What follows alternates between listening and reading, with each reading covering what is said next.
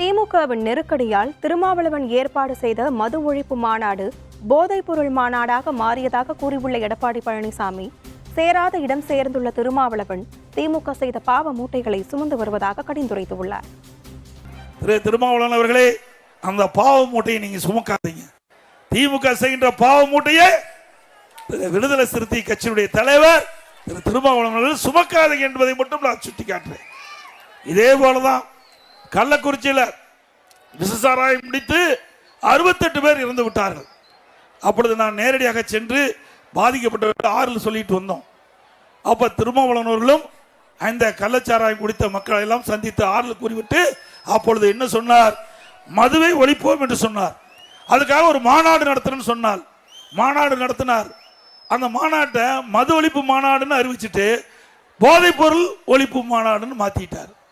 ஏன்னா திமுக கொடுத்த நெருக்கடியில பேரை மாத்தி திமுக நிர்வாகிகளை மேடையில கூப்பிட்டு பேச வைக்கிறார்.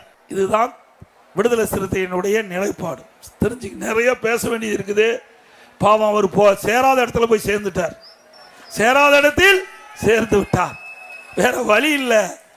ஏன்னா கூட்டணியில் அங்கம் வைத்து விட்டோம் என்ற ஒரே காரணத்திற்காக அவள் சொல்வதையெல்லாம் இவர் திருப்பி அறிக்கையின் வாயிலாக வெளியிட்டிருக்கிறார்.